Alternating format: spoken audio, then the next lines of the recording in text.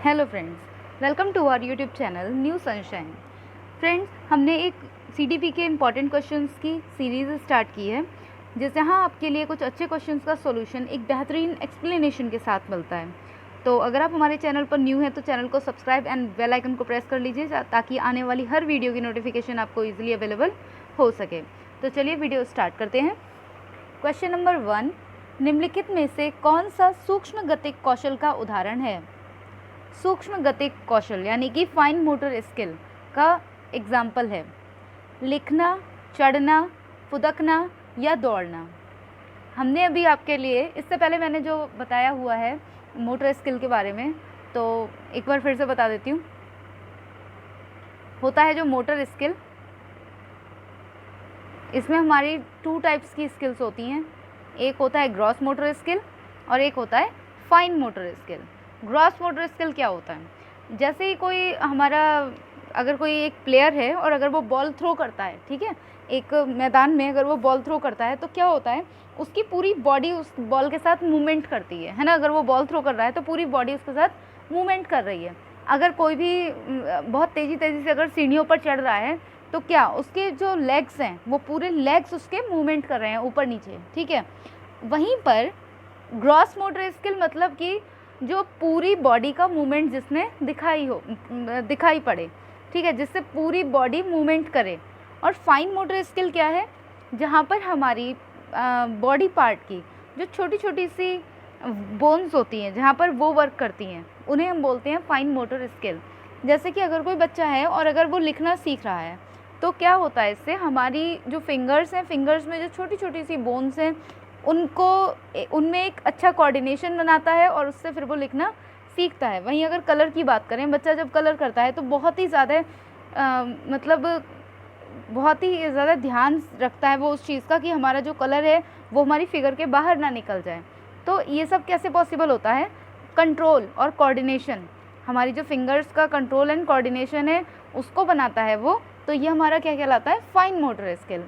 I hope अब clear हो गया होगा। तो सूक्ष्म गतिक कौशल यानी कि फाइन मोटर स्किल की बात हो रही है, फाइन मोटर स्किल। अब फाइन मोटर स्किल की बात हो रही है और यहाँ पर ऑप्शंस दिए गए हैं लिखना, चढ़ना, फुदकना और दौड़ना, ठीक है। तो अब आप समझ गए होंगे कि यहाँ पर अगर हम फाइन मोटर स्किल की बात करें तो हमारा जो ऑप्शन नंबर 1 है वो एकदम करेक्ट है, लिखना। हम जब लिखते हैं तो लिखते वक्त क्या होता है, हमारे जो पेन को जब हम पकड़ते हैं ना, पेन को जब हम पकड़ते हैं तो हमारी 5 उंगलियां पेन को पकड़ने के लिए, है ना, हेल्प करती हैं। तो उससे क्या होता है, हमारी फिंगर्स में जो छोटी छोटी सी बोन्स हैं वो पूरी तरह से डेवलप हो पाती हैं और अच्छी तरह से वर्क कर पाती हैं फाइन मोटर स्किल में। तो इसका जो करेक्ट ऑप्शन है वो ऑप्शन नंबर 1 होगा, लिखना। सेकेंड क्वेश्चन, किशोर डैश का अनुभव कर सकते हैं? नंबर 1, बचपन में किए गए अपराधों के प्रति डर के भाव का। नंबर 2, आत्मसिद्धि के भाव का। नंबर 3, जीवन के विषय में परितृप्ति का। नंबर 4, दुश्चिंता और स्वयं से सरोकार। किशोर मतलब ना तो प्रौढ़ होता है वो, यानी कि ना ही वो एकदम एडल्ट होता है और ना ही वो चाइल्डहुड की स्टेज में होता है, ठीक है। ना ही वो एडल्टहुड में गया है, ना ही वो चाइल्डहुड में है। एक मिड का है जो सेक्शन, उसको हम बोलते हैं एडोलिसेंस, है ना। अब एडोलिसेंस में बच्चे में बचपन में जो भी उसने अपराध किए हों तो उनके प्रति जो डर का भाव है वो उसमें अभी नहीं आता। जब वो एडल्ट हो जाता है तब उसमें इन चीज़ों को लेकर आता है कि हाँ मेरे से ये गलतियाँ हुई थी, और अब उसे उन चीज़ों का डर सताने लगता है कि अब आगे क्या होगा, ठीक है। और आत्मसिद्धि का भाव, आत्मसिद्धि तो बहुत ही ज़्यादा सेल्फ स्टीम से भी ऊपर की बात हो गई आत्मसिद्धि की। तो आत्मसिद्धि तो बिल्कुल भी नहीं होगा क्योंकि किशोर है यहाँ पर। आत्मसिद्धि तो बहुत ज़्यादा हाई लेवल है। और जीवन के विषय में परितृप्ति, और जीवन की बात भी, मतलब जीवन के विषय में परितृप्ति मतलब कि किस तरह से जीवन को जिया जाए, कैसे सीखा जाए, तो ये सब भी अभी किशोरों में नहीं आता है। दुश्चिंता एवं स्वयं से सरोकार, हाँ ये रहती है बच्चों में, किशोरों में, यानी कि एडोलिसेंस की जो एज होती है उसमें दुश्चिंता और स्वयं से सरोकार ज़रूर होता है। यानी कि बच्चा जो होता है सिर्फ अपने बारे में सोच रहा होता है कि हाँ मेरा ऐसा हो जाना चाहिए, मेरे बारे में सब अच्छा सोचें। स्वयं का सरोकार देखता है वो, और दुश्चिंता कि अगर ऐसा नहीं किया तो मेरे साथ क्या होगा, सिर्फ वो अपने बारे में ही सोचता है। ठीक है, नेक्स्ट हम क्वेश्चन देखते हैं। शारीरिक रूप से अक्षम बच्चों को सामान्यतः डैश होता है। डिस्कैल्कुलिया, डिसलेक्विया, डिसलेक्विया नहीं, यहाँ पर डिसलेक्सिया होगा, ये रॉन्ग यहाँ पर राइट है, ठीक है। और डिसग्राफिया, डिस्थीमिया। अगर हम देखें तो अभी मैंने इससे पहले एक लर्निंग एबिलिटीज़ की, जो हमारी लर्निंग डिसेबिलिटीज़ की मैंने अभी एक वीडियो बनाई है, आप इससे पहले जाकर उसको देख सकते हैं, तो आपको यहाँ पर अच्छी तरह से क्लियर हो जाएगा कि क्या है ये, ठीक है। फिर भी मैं आपको एक थॉरली बता देती हूँ। डिसकैल्कुलिया मीन्स जो भी कैलकुलिया यानी कि कैलकुलेशन से रिलेटेड, यानी कि मैथमेटिक्स से रिलेटेड अगर कोई प्रॉब्लम है तो वो किस में आएगी, डिसकैल्कुलिया। डिसलेक्सिया जब बच्चे को पढ़ने में दिक्कत होती है, जब वो 100 के लिए वर्ड्स पढ़ने लग जाता है, ठीक है, 100 के लिए वर्ड्स पढ़ रहा है, तो ये क्या होता है, डिसलेक्सिया। डिसग्राफिया में क्या होता है, उसकी जो पूरी बॉडी होती है उसमें कोऑर्डिनेशन अच्छे से नहीं बन पाता है, यानी कि बॉडी मूवमेंट जो है वो मसल्स के साथ अच्छे से कोऑर्डिनेट नहीं कर पाता है, तो ये क्या होता है, डिसग्राफिया। तो यहाँ पर जो हमारी शारीरिक रूप से अक्षम बच्चों को सामान्यतः क्या होता है, तो डिसग्राफिया होता है। शारीरिक रूप से अक्षम क्या होते हैं, डिसग्राफिया होगा ये। नेक्स्ट देखते हैं क्वेश्चन नंबर 4, आंशिक पुनर्बलन। आंशिक पुनर्बलन क्या होता है, पहले तो इसको समझना बहुत ज़रूरी है। व्हाट इज़ आंशिक पुनर्बलन? तो आंशिक पुनर्बलन मतलब कि आप बच्चे के लिए पूर्ण रूप से पुनर्बलित नहीं कर रहे हैं, थोड़ा थोड़ा बीच बीच में आप उसे पुनर्बलन दे देते हैं। तो फर्स्ट इसका जो ऑप्शन है, वास्तविक कक्षा में अनुप्रयुक्त नहीं किया जा सकता, यानी कि वास्तविक जो हमारी कक्षा है उसमें सही से प्रयोग नहीं किया जा सकता। क्यों नहीं किया जा सकता भाई? तो ये वाला हमारा ऑप्शन गलत हो जाएगा। आप प्रयोग कर सकते हैं। पशुओं को प्रशिक्षित करने में सर्वाधिक कार्य करता है, बिल्कुल भी नहीं, ऐसा बिल्कुल नहीं है, ये भी ऑप्शन गलत हो गया। सतत पुनर्बलन की अपेक्षा अधिक प्रभावी होता है, सतत पुनर्बलन की अपेक्षा कम प्रभावी होता है। तो देखिए, जब आप बच्चे के लिए बार बार बहुत ज़्यादा अगर आप उसे पुनर्बलित करते रहेंगे तो क्या होगा, बच्चे के अंदर फिर पुनर्बलन के लिए कोई भी सम्मान नहीं रह जाएगा। उसे लगेगा हाँ ठीक है, मैं तो अच्छा काम कर ही लेता हूँ, तो वो अच्छे से काम नहीं करेगा। लेकिन अगर आप उसे बीच बीच में अगर अच्छे से अगर बताएंगे तो क्या होगा, जैसे कि अगर वो एक वर्क करके लाया है, ठीक है, और उसने उसमें हैंडराइटिंग अच्छी लिखी है तो मैं उसे दे दूँगी गुड, ओके।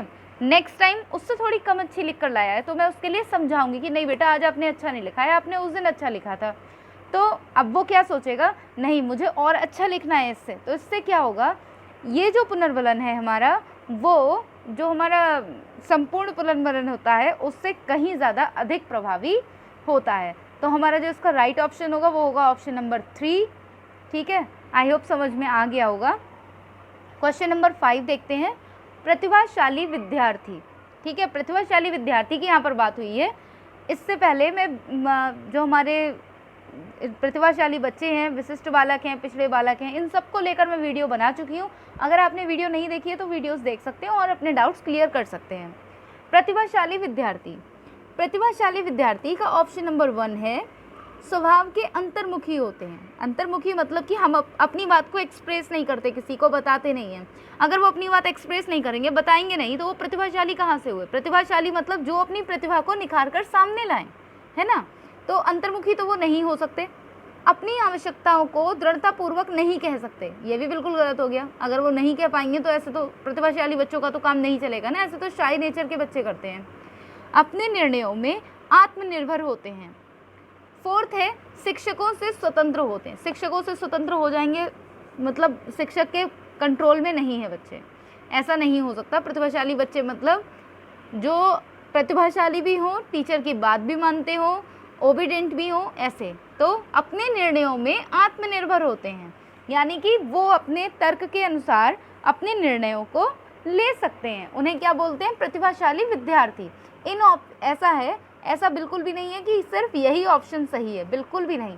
हमने यहाँ पर इन 4 ऑप्शंस के अकॉर्डिंग हमने प्रतिभाशाली बालक के लिए ऑप्शन नंबर 3 लगाया है।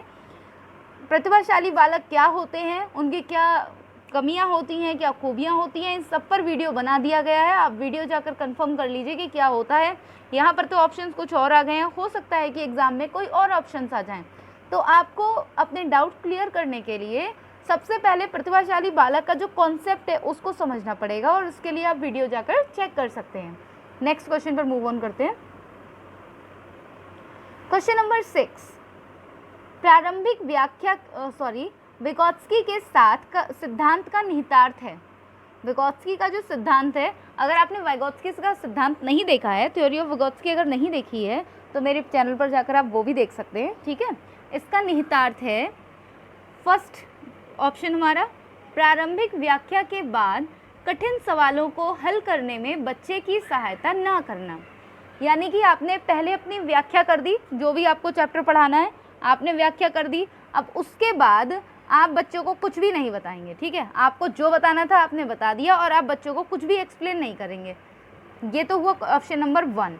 दूसरा हमारा आता है, बच्चे उन बच्चों की संगति में श्रेष्ठतम रूप से सीख सकते हैं जिनका बुद्धि लब्धांक उनके बुद्धि लब्धांक से कम होता है।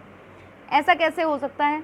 एक बच्चे का बुद्धि लब्धांक अगर 80 है और एक का अगर 120 है या फिर उससे भी ज़्यादा है, तो 120 वाला बच्चा 180 वाले बच्चे से कैसे सीख सकता है? जिसकी बुद्धि ऑलरेडी कम है वह उससे कैसे सीख सकता है? तो ये भी गलत हो गया। सहयोगात्मक समस्या समाधान, प्रत्येक विद्यार्थियों को व्यक्तिगत रूप से दत्य कार्य देना। दत्य कार्य मतलब होमवर्क देना, ठीक है। अब अगर हम होमवर्क दे रहे हैं तो उससे क्या होगा? कोई ज़्यादा खास तो बात है नहीं, क्या पता वो खुद से कर रहा है या अपने घर में किसी और से करवा रहा है। अगर हम देखें सहयोगात्मक समस्या समाधान, तो सहयोगात्मक समस्या समाधान बिल्कुल होता है, क्योंकि विगोत्स्की ने जो हमारा कॉन्सेप्ट दिया था वो किसका दिया था? ये दिया था ZPD का। विगोत्स्की ने हमारा जो सिद्धांत दिया था वो दिया था ZPD का सिद्धांत दिया था। ZPD क्या था? ZPD हमारा था zone of proximal development. Zone of proximal development का सिद्धांत दिया था विगोत्स्की ने, जिसका यहाँ पर मतलब ही था सहयोगात्मक समस्या समाधान। यानी कि आप बच्चे की समस्या में उसकी समाधान कैसे करेंगे, सहयोग कर सकते हैं आप बच्चे को हिंट दे सकते हैं, ठीक है, कि किस तरह से ये होगा। ओके, जैसे कि आपको एक अगर एग्जांपल के थ्रू अगर बताऊं, अगर बच्चे के लिए ये सॉल्व करना है 5 + 5 = व्हाट, तो आप क्या कर सकते हैं? आप ये कर सकते हैं कि आप उसे सेम क्वेश्चन मत बताइए, आप दूसरा क्वेश्चन दीजिए 3 + 3 = व्हाट। आपने ये क्वेश्चन दिया, अब आप इस क्वेश्चन का आंसर उसे समझाइए कि वो अपनी फिंगर टिप पर काउंट करे 3 + 3 + 3 कितना होता है। तो इस तरह से अगर आप उसे समझाएंगे तो वो समझ जाएगा कि हाँ, यहाँ पर भी वही प्लस हो रहा था, यहाँ पर भी प्लस हो रहा है, तो करना क्या है, जब यहाँ पर हमने 3 + 3 किया है तो हम इसमें भी 3 + 3 करेंगे और आंसर इसका 10 लिख देंगे। ओके, ये तो रहा हमारा ZPD। नेक्स्ट देखते हैं क्वेश्चन नंबर, एक बच्चा जो डैश से ग्रस्त है, एक बच्चा है जिसको कुछ प्रॉब्लम है, डैश से ग्रस्त है, वह 100 को वॉज, न्यूक्लियर को अनक्लियर में अंतर नहीं कर सकता। ये क्वेश्चन मैं आपके लिए छोड़ती हूँ, ये क्वेश्चन का आंसर आप मुझे समझाएंगे, क्योंकि इससे जस्ट पहले मैं आपको इसका जो आंसर है वो बता चुकी हूँ। देखते हैं कि आपने कहाँ तक मेरी वीडियो को, आपने कहाँ तक मेरे पॉइंट को समझा है, ठीक है।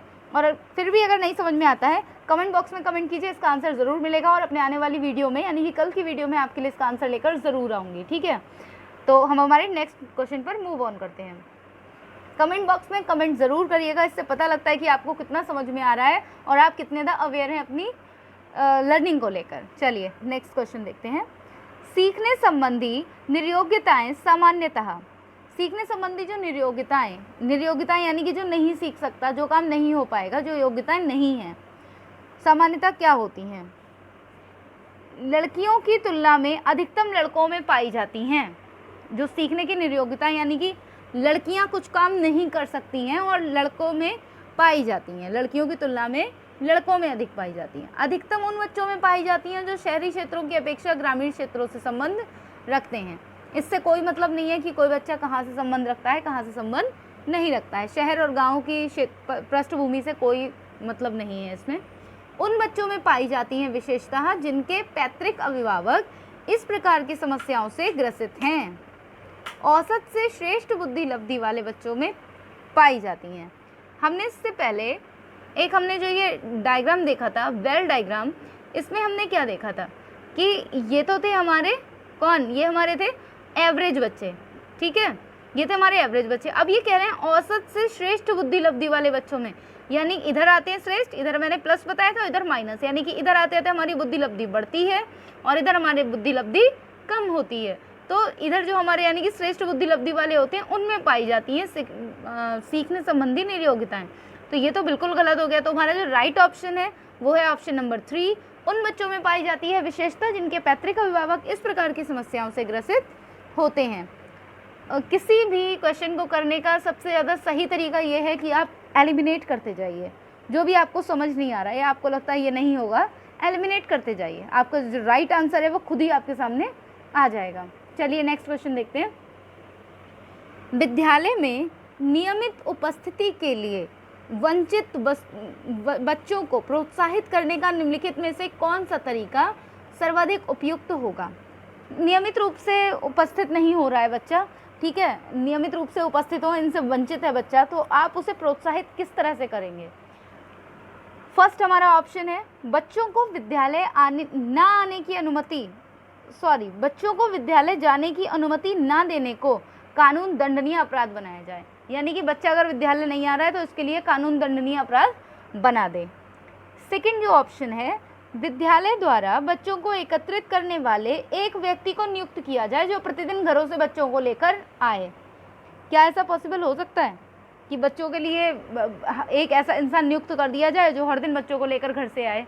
बिल्कुल ऐसा नहीं हो सकता। कुछ तो हमारे पास के हो सकते हैं, कुछ हो सकता है कि बहुत दूर से बच्चा आता हो, तो ऐसा कैसे पॉसिबल है कि आप इस तरह से काम चल जाए कि हाँ बच्चों को आप लेकर आ रहे हैं? और पहली बात तो ये है कि एक दिन ड्यूटी हो जाएगी, 2 दिन ड्यूटी हो जाएगी, कितने दिन, ये बिल्कुल भी सही तरीका नहीं है। बच्चों को आकर्षित करने के लिए 5 रुपये देना, भाई बच्चों को आप इस तरह से आकर्षित नहीं कर सकते कि आप उन्हें 5 रुपये देकर बुला रहे हैं। 5 रुपये दे मतलब बच्चों को लालच देकर नहीं, बच्चे को समझाकर विद्यालय बुलाना चाहिए, ना कि लालच देकर। ऐसा ना हो कि बच्चा सिर्फ पैसे की वजह से स्कूल आ रहा है और क्या कहते हैं वैसे उससे स्कूल आने में कोई इंटरेस्ट नहीं है। नेक्स्ट है आवासीय विद्यालय खोलना। तो आवासीय विद्यालय खोलना ये कहीं ना कहीं बहुत हद तक सही है कि भाई आपने आवासीय विद्यालय खोल दिया है तो उससे क्या हो रहा है, बच्चा वहीं पर रह रहा है, वहीं पर सब काम कर रहा है, तो उसके लिए एक बहुत ही अच्छा एनवायरनमेंट मिल रहा है। अधिगम के जो उसकी रुचि है वो बढ़ रही है, तो वहाँ पर और बच्चे भी हैं, उनको देखकर वो कहीं ना कहीं बहुत कुछ सीख रहा है और उसमें कंपटीशन की भावना आती है कि हाँ मेरे लिए ये भी करना है, वो भी कर रहा है, मुझे भी करना है, ठीक है। तो यहाँ पर जो हमारा राइट ऑप्शन होगा वो होगा ऑप्शन नंबर 4, आवासीय विद्यालय खोलना। नेक्स्ट क्वेश्चन देखते हैं। विद्यालय में लिंग भेद से बचने का सर्वोत्तम तरीका हो सकता है? विद्यालय में जो हम लिंग भेद से बचें, इसका सर्वोत्तम तरीका क्या हो सकता है? पुरुष एवं महिला शिक्षकों को समान संख्या में भर्ती करना। यहाँ पर शिक्षक शिक्षिकाओं की तो बात ही नहीं है, पढ़ाने वाला मेल भी हो सकता है, फीमेल भी हो सकता है।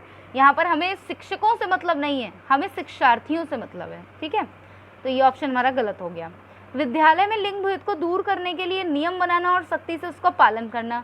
नियम आप कैसे बनाएंगे भाई बताइए, और सख्ती से उसका पालन करेंगे कैसे? जब तक हमें ये पता ही नहीं है कि है क्या चीज़ तो हम तब तक कैसे कर सकते हैं, है ना। तो हमें पहले तो पता होना चाहिए, तो ये भी गलत हो गया। संगीत प्रतियोगिताओं के लिए लड़कियों की अपेक्षा अधिक लड़कों का चयन करना, भाई कैसे कर देंगे? लड़कों का तो गला वैसे ही भारी होता है, आप कैसे ऐसे कर देंगे? और फिर सभी का जो इंटरेस्ट होता है, जो रुचि होती है, सबकी अलग अलग होती है, तो ये भी ऑप्शन गलत हो गया। लिंग भेद को केवल बढ़ाने मतलब लिंग भेद से बच्चों को बचाने के लिए आप उन्हें संगीत में भेज देंगे, ये कोई सही ऑप्शन नहीं हुआ। जो करेक्ट ऑप्शन हमारा है वो है ऑप्शन नंबर 4, शिक्षकों द्वारा उनके लिंग पक्षपातपूर्ण व्यवहारों की अधिसंज्ञान करना। यानी कि शिक्षक ऐसा होना चाहिए जो कि उनके लिंग भेद को लेकर बिल्कुल भी पक्षपाती ना हो। जैसे कि अगर गणित अगर हम पढ़ा रहे हैं तो हम क्या करेंगे, हम सीधे केवल बॉयज़ के नेम लेंगे कि मतलब आप बताइए, हम वहाँ पर गर्ल्स को बिल्कुल भी इंक्लूड नहीं कर रहे हैं। और अगर हम किसी ड्राइंग की बात कर रहे हैं, अगर कला संबंधी कोई बात कर रहे हैं तो हम केवल गर्ल्स से पूछ रहे हैं।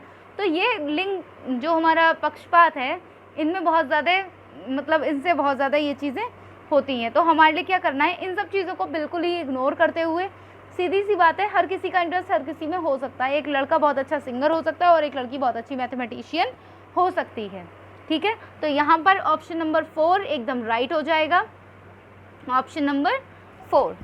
तो फ्रेंड्स यहाँ पर हमारे जो आज के क्वेश्चंस थे वो हम यहीं इतने ही रखते हैं, क्योंकि वीडियो ऑलरेडी बहुत लंबी हो चुकी है। कल फिर आपके लिए एक बहुत अच्छे से क्वेश्चंस के साथ और एक बेहतरीन सॉल्यूशंस के साथ आपके लिए कुछ क्वेश्चंस लेकर आऊँगी। तो अगर आप हमारे चैनल पर नए हैं तो चैनल को लाइक, शेयर एंड सब्सक्राइब कर लीजिए और साथ में बेल आइकन को भी प्रेस कर दीजिए, जिससे आपको आने वाली हर वीडियो की नोटिफिकेशंस मिल सकें। चलिए ठीक है, thank you for watching my video.